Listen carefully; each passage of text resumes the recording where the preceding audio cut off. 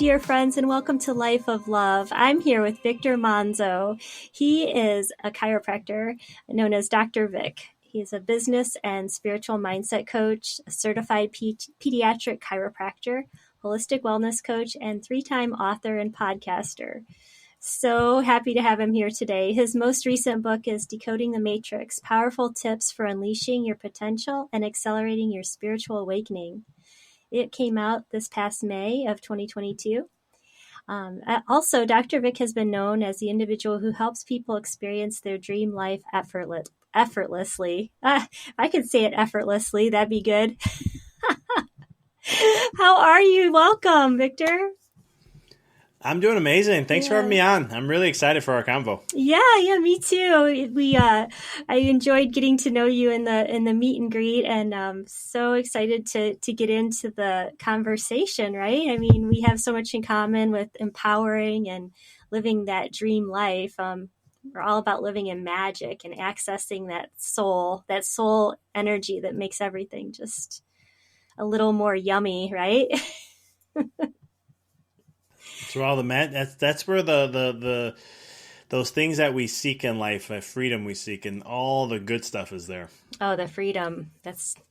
I love to hear people talking about freedom because there's so much happening around that makes us feel like we might be losing freedom or that freedom isn't a focus. But to me, that's the core, to feel that freedom to be you, the freedom to be authentic and to have your purpose.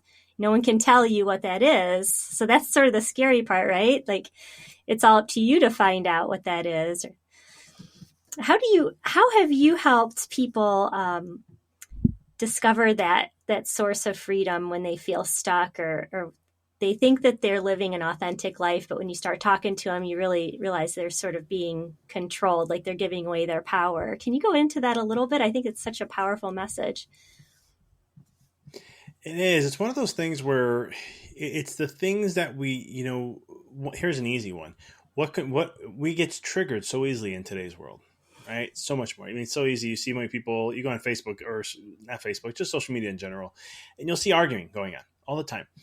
And I always look and I'm like, that's when you allow somebody, if somebody says something to you or whatever it may be, and you get offended or you get triggered in some way, that already you gave power away to let something else control you. Your well-being, your peace, and your calmness is not important. It's more important to create anger, frustration, annoyance, whatever that is to that person rather than staying calm and peaceful. The same thing, though, happens in life in so many ways because we're conditioned, and it's been going on for quite some time, to do all the time. We're always focusing on doing. We have in business, it's all about doing. Making more money, I have to do to make money. When it comes to a relationship, it's all about what I need to do in the relationship in order to make it successful rather than, or even with your health. Like when it comes to health, I have to do these things in order to be healthy. And I'm not saying, health, maybe we can make an argument there. But at the end of the day, though, that's not our power. That's our force. We're forcing things to be successful in some way, shape, or form. We're not stepping into the element of who we are. So we give that the power. It's the same thing when people try to do manifesting in their life and want to do the whole law of attraction thing.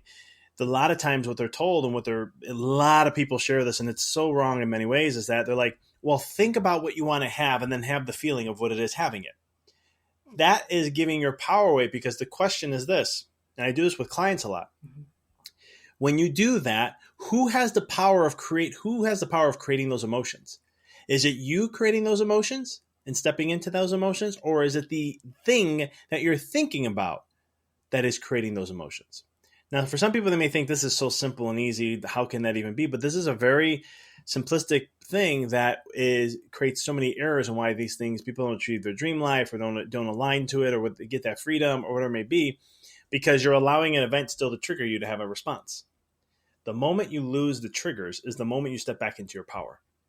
The more you focus on you, the essence of being, the beingness, who do you have to be, those kind of things in different elements of life, that is going to then step back into your power, which is natural. Like we're talking about the soul aspect. Well, the soul doesn't go chasing things. And when we're into spiritual elements, we attract everything to us. We think it and boom, it's there instantaneously. There's no time.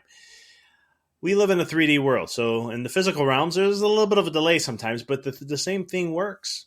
It's a being to attract into your life.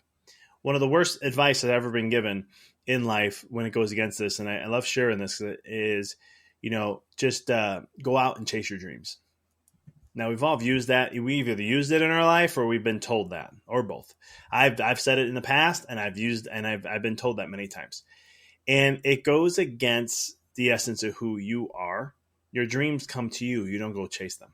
And we're starting to see that in today's world, where there's this shift going on of getting away from like what is classical physics and stepping more into the quantum realm and understanding how the quantum realm is, how we play in it, and how we can utilize that. Because what we're understanding about quantum physics is it's understanding the whole non-invisible world and how it plays a role on the physical.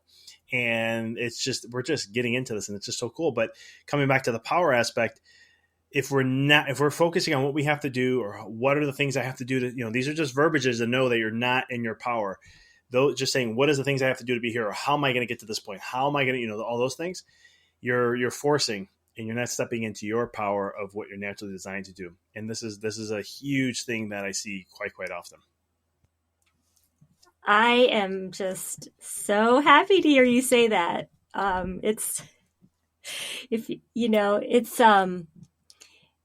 You're right. We're going through this shift, and even astrologically, we're stepping into the age of Aquarius. We're getting away from, being like getting a recipe A, B, C, D. We're gonna strive for this. We're gonna go for that. It's about creativity, and it's all in you.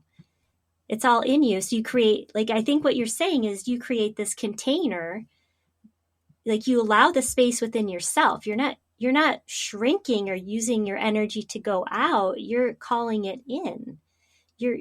It's not a manifesting. It's an actualizing, because you're authentic, and you're really living from that soul purpose. So the hardest thing to me is that I always go back to the old way. I know that I'm supposed to bring in the quantum and be calm and try to make my life as joyful as possible, because then I'm going to attract and I'm going to have a life that is abundant the way I want it to be, not based on what anyone else says.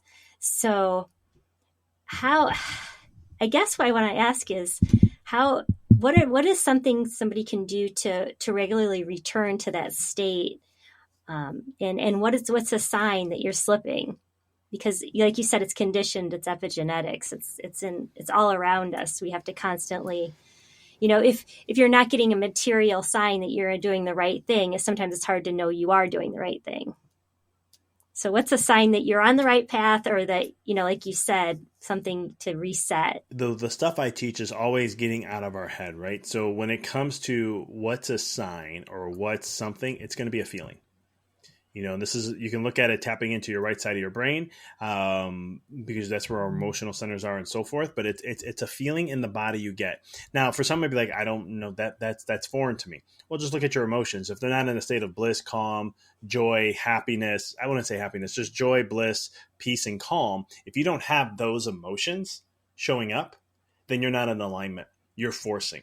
That's where, because when we are in alignment with something, when we're in a state of flow, when we are out of our head and into this dance and really trusting that process, these emotions are going to show up. It's the natural state of the soul.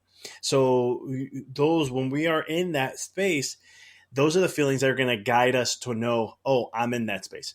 And when we're not, when we have those low vibrational emotions, maybe fear, anger, worry, anxiety, all those different things, then all of a sudden we're out of alignment with things. And it's also, we're putting our focus on things that really are not in our aligned with our higher purpose.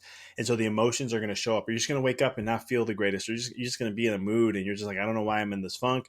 And then you get worried. The fear, the mind kicks in, and then it's like, all right, time. I got to do something. I just got to do. And that's a default part of the brain. We all do this. I'm a type A driver personality. I come from a very workaholic family.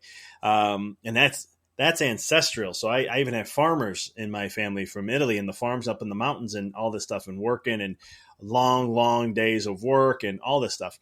And if I'm not careful, I will get into a work mode. My wife will hear it. She'll just be like, I have to do these things. I mean, she'll be, why do you have to do them? Is it the end of the world? And I'm like, no, but I want to get this stuff done. Okay, but is it needed at the moment? Like, can you spend more time, like maybe relaxing a little bit more, hang out with your daughter? I just had a newborn daughter. She's 3 months old now. So I get my 3-4 hours a day of just me and her time, and I love it. And if I can get more, I would definitely take that on. But it's one of those things where it's the point of understanding that when you have those feelings of you're feeling anxious, or this is what happens to me, I'll feel anxious, and sometimes I'll get fear in there and so forth kicking in. Just need to take a step back, and then I use the feeling to recenter myself, and then I don't act until I'm back in the proper place. This goes against Western philosophy, Western civilizations, how they think, because we all believe in force. That's just what that's been conditioned. When I say Western civilization, how long has Western civilization existed? This is some of the concepts that have been entrained for a very long time. And in the East, they don't. Lao Tzu, the creator of Taoism, someone who I love and appreciate his work. He has in his Tao Te Ching, I think it's verse 4, he says, if you feel like you have to do force, stop and do non-force and just do nothing. That is so against what we've been conditioned. But when you really tap into what he's trying to say, he's actually speaking in a quantum way. This guy was speaking 2,500 years ago, and yet he's speaking in a quantum way, which means come back and center yourself. Get your vibration back to where it needs to be. And from that moment, you act. Because you'll feel inspired to do something. Something's going to come. And when it does, you take action. And when you come from a place of a higher vibration, guess what? Your chances of success and seeing more to where you want to go, closing that future gap, happens a lot faster. So it's stepping into those feelings, becoming aware of your feelings and where you are. You can get off the hamster wheel if you're feeling like you have to do. Then you step back and then you see your resources. I think that's what you express so well. I'm just paraphrasing because I just love it. I love your message. That if you're feeling pressure, if you're feeling like you have to force something, to step back, and once you're quiet and back into your centered, abundant self, you see what's available for you. You might see that it'd be easier if you made a phone call than to go do it yourself. Or, you might reach out to a friend who has done it before, and then you have connections, and it's all about us being connected. Like your child, you're more connected to the universe. And the more we connect to ourselves and everyone around us, the more efficient we can be, because we all want to help each other. And I think people just get sort of in a bulldog state of mind. I'm just going to put my head down and go after it. I'm going to just, put my jaw on it and suck all the life out of it. But that's not the way, right? You're saying the way to work with quantum mechanics, with quantum physics, you let it come to you. And it's ancient, right? But we've gotten into the idea, well, it was the age of the patriarchy. I believe it's Capricorn is more of that's what we're coming out of. I'm sorry if I'm wrong. I think it's Capricorn, but I know we're going into Aquarius, where what you're saying is that's the way to get things done. That's the way to exist on this 3D now. And I think that the people who have embraced this idea, they sparkle. And it's up to us to try to share these concepts, whatever way it hits you. If you're a science person, it hits you scientifically. If you're a spiritual, you feel the uplifting. I have lots of people that tell me their angels help get them there, help them feel like centered and peaceful and resourceful. But I adore that. I think one of the hardest things is, like you said, when you're triggered. So say you're in a relationship with somebody, and it's different on a social media because you can shut it off. But if you're living with somebody and you feel triggered in a relationship, or you have needs that you're not feeling respected or seen in a relationship, these triggers can be really deep, right? So what would be one of your key concepts with dealing with those triggers to returning to your center in a relationship? And this can go to any relationship too, because it can be with parents, it can be with siblings, it can be with a partner, and it's one of these things where, again, coming back to about giving our power away. when you get triggered, we just become reactive. It's just humans, right? Especially in relationships, because relationships, the closer we are, the easy to have an electric, that energetic explosion where you have an argument or something. But I always love to ask the question, and this is where we return back to the power. When I work with coaching clients, we talk about relationship stuff. I tell them, I don't want to. You can tell me the story, but yet I'm going to be coming back at you. Like, I'm not going to talk about the other person. I don't know the other person, but I know you, and I know that all things are coming. You're experiencing things as they are, and everything's a gift. So if you can understand those things, then you have to ask the question: if I'm being triggered, why am I triggered? Why is this happening? Why am I allowing to get so bothered by this? And really just ask that question. You can't do it in the moment. So don't be like getting triggered and all of a sudden you're like, well, why am I being triggered? And your emotions are going to take over. Again, the thing like Lao Tzu says, just take a step back. Just take a step back and just really ask yourself that question. Why am I being triggered? And start looking backwards. You're going to find the answer. If you really tap into this, and you can't think through this. It's a feeling. But you can use thoughts to be like, okay, where did this start to happen? Who taught? Why am I, what's it getting to me so much? Most of the time, not always, but most of the time, it's all the time between age 0 and 7. Most of the time, it's going to be parents that taught us this, or some sort of figure. Like, when my daughter was born, I looked at my wife and I said, all right, I have to level up. I thought I was already doing a good job with us in our marriage and our relationship, but guess what? I got to level up even more now. And she's like, why is that? I said, because the way I'm going to treat you and how we're going to be and how all that is going to teach my daughter what it is, how a man should treat her. And I said, if I fail as a man treating you, then she's going to have a man that I'm not going to be happy with. And so, who's to blame, right? What will we do in a society? Give our power away, blame the person. But no, it was me at the end of the day. And so you want to look back and just, because it's always there. It's always there. Like, there's things my wife can say to me, and in my conditioning, right? Because here's how this kind of works. In my conditioning, the way I was raised and brought up, how it's built in my subconscious mind, I'm thinking that that's how my mom is talking to me, right? But my wife's not my mom. But yet, I'm thinking, because she said it in a certain way, I'm triggered because it reminded me thinking it was that. What does that really teach us? That's teaching us that there's things that are unhealed that we have to work on, that we have to learn to evolve from. And what's not better than sharing that with your partner? Now, for men, it's hard to do this because men don't like to get emotional. Again, that's a construct and a whole thing that's been conditioned.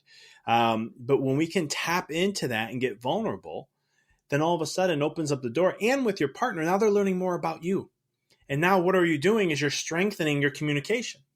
All things fail in life because of a miscommunication. You can look at business, you can look at relationships, you can look at your health. I'm a chiropractor. If your brain's not communicating well to the environment, or the signals from the environment are not going to the brain properly, guess what? You're not going to be healthy, even if you don't have symptoms, because your body can't adapt as well. And so when we look at miscommunications, it comes to the point of how do we deepen that? Because then we get to understand each other's world better.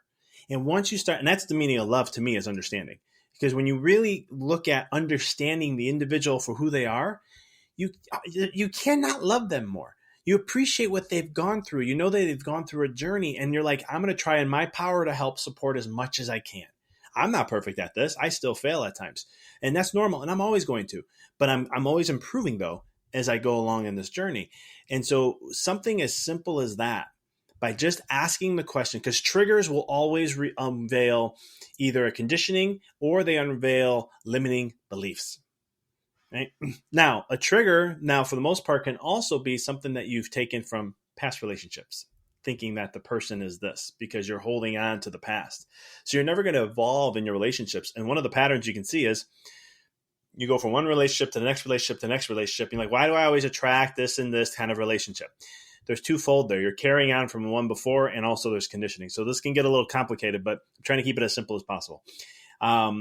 Instead of thinking this is going to be a whole new relationship and tapping into it and letting go of all your past experiences, you hold on to them. And what you're doing is this is a limiting belief, because what you're doing is something called self-sabotage.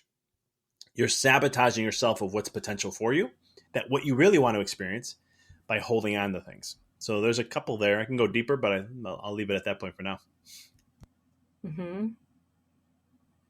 Yeah, I know that I could unpack a lot of that. I mean, to me, it's the ultimate and unconditional love because, you know, the person you're with is a good person. They're amazing. You wouldn't choose to be with them unless they were a good person, but they're human and they have free will and they're going to make choices that you're like, what are you doing? But I mean, that communication, like you said, is so important because like, like you said, that vulnerability makes you understand them better. It makes it lets them in. And I think so many times people are like, oh, I'm going to be strong. I'm gonna push through that, or I'm gonna ignore that, and just that's not important. And I know that just from personal experience, once my husband was able to be vulnerable and just tell me exactly how he was feeling, not blaming me, but just telling me his reality.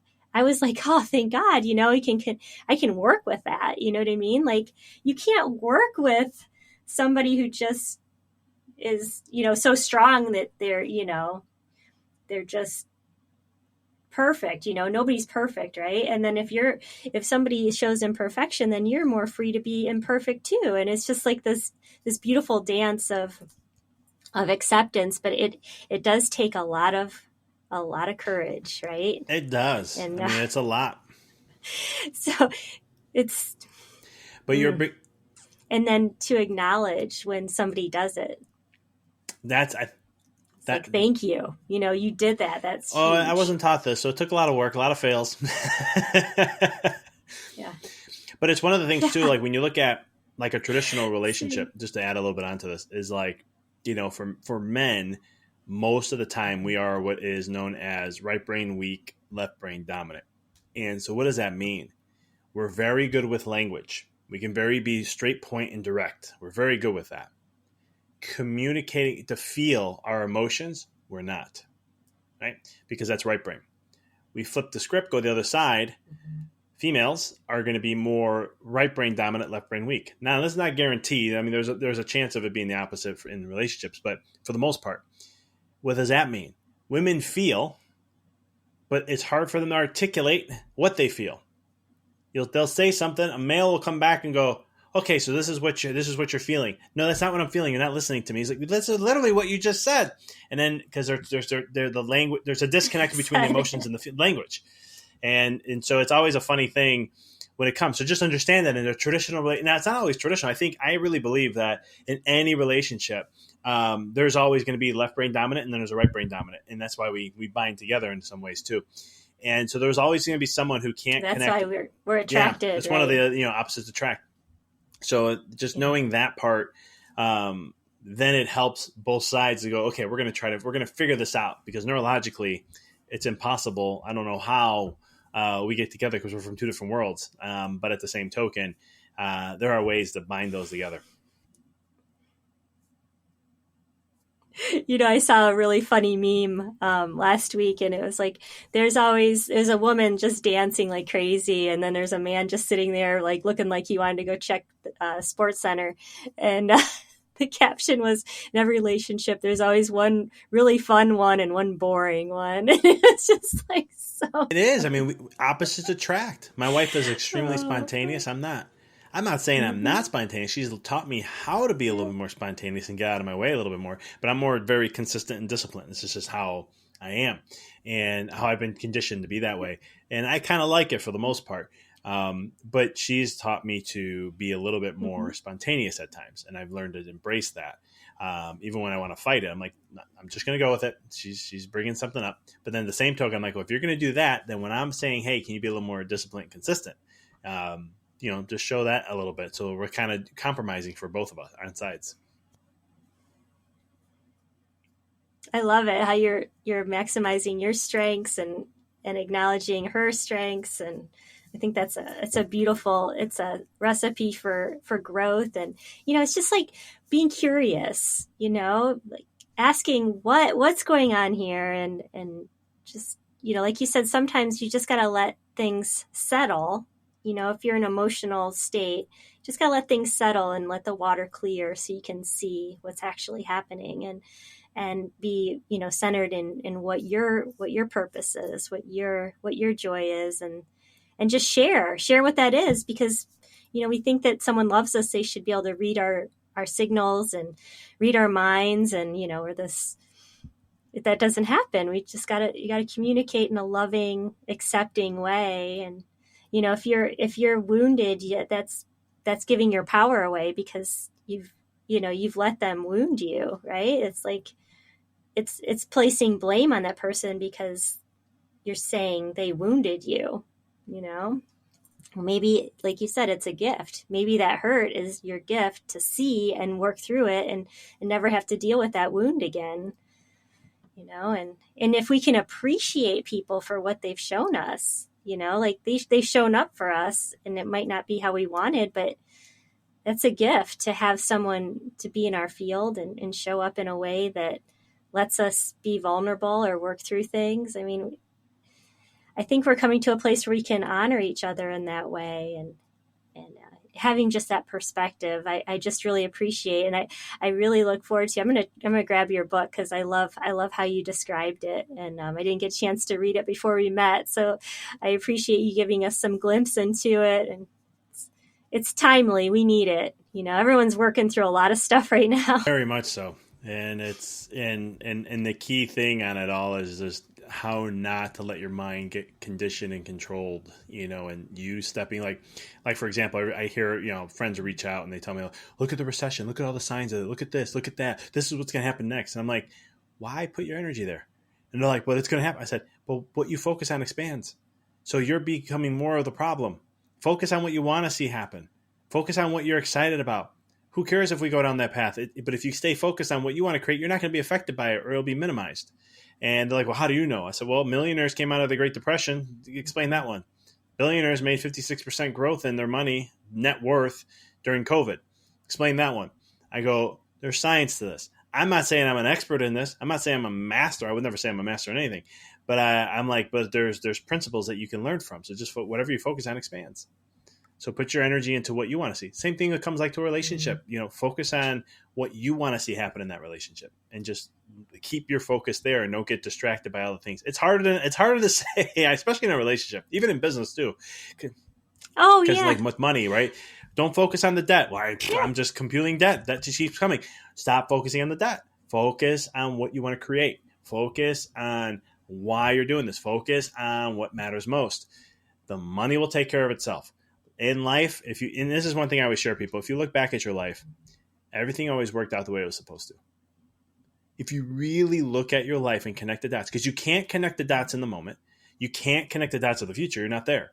All you can do and how to make sense with life is look at your rearview mirror and connect the dots from the past.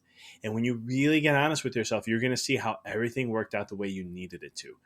Everything works out for the better always. And that's something someone like myself, who's a control freak, used to be. I used to be this way.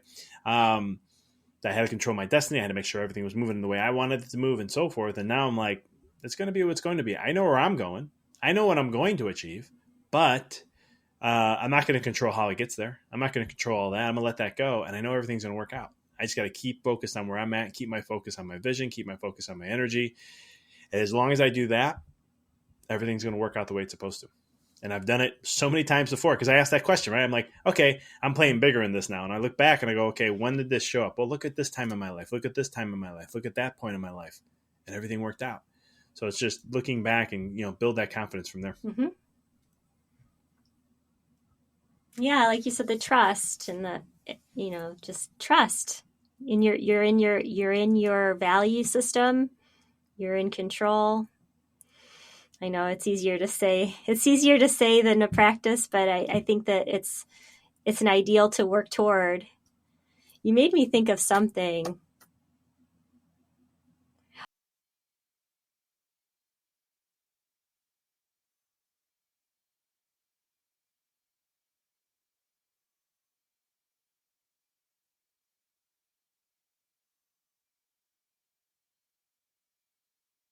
If you're in a situation, whether it's your job or your parenting or your spouse, if you're not feeling the way you want to feel, like, don't focus on that you're not feeling it. Think about how you could make it joy. Think about how you could make it what you want it to be, how you could make it cooperative. So many times we just want people to cooperate or to see. And if you're stuck in the idea that it's not going the way you want, you're not in resource. So to me, I'm like, okay, I'm not feeling energetic. I'm not feeling joy. And that's how it shows up to me. I'll get frustrated. And I want people to see that I'm frustrated, but that's not going to solve the problem. What I need to do is say, what could help me feel joy? What could help me feel cooperation? And then put that in the field. And like you said, we can change timelines. We can shift timelines. And just that idea is a powerful way to live. It transforms everything. Because especially like another thing too is like in the quantum world, there's no time. You step out of it. And that's where you get to accelerate things and shift things and do so much magical things that can happen there. I'm not going to say you're going to see things happen instantaneously, although I've seen it in people happen. I always say, when somebody says, why can't that happen to me? I say, well, there's the law of vibration. It holds you back a little bit because your vibration has to work its way up. But once you hone that in and get there, it's a game changer. And it's so amazing how the magic of all that works. Mm. Well, thank you for sharing your magic. There's so many pearls of wisdom and inspiration, and I love how you're authentic and you share how you used to be and how you've come along. And I feel like there's people that have been working for 20, 30 years in spirituality, and all of a sudden, like their abilities have been reached by somebody who just locks into some ideas like this. And right now people are accelerating faster than it used to be. Like you had to meditate and go to conferences and go to India and all. And now it's just like, oh, I listened to this podcast or I read this book, and it's people are talking about chakras. Like it's a common thing that people. And I'm telling you, like 15 years ago when I first started, being interested in yoga and feeling my kundalini, like you'd say things like that, or you'd say you went to yoga and people thought you were like a granola person 15 years ago. So it's just amazing. It's amazing how quickly things are changing and the veil's being lifted. So I'm really excited. I know that people like to freak out about the economy, and I agree with you. You have to look at all the things that are going right and all the things that are being exposed and all the progress we're making as humanity. We're waking up. We're saying no more. We're going to live free. We're not going to be part of your program. So I applaud you. Thank you so much for being a guest. No, this was my pleasure. Thanks for having me. I enjoyed the convo. Yeah. Me too. And all the best. Thanks again. Thank you for joining us today, and we look forward to the next episode. As always, you can reach me at www.youneedapeptalk.com. Be well, my friends, and enjoy each day, as each moment is a chance to live the life of your dreams. Take care.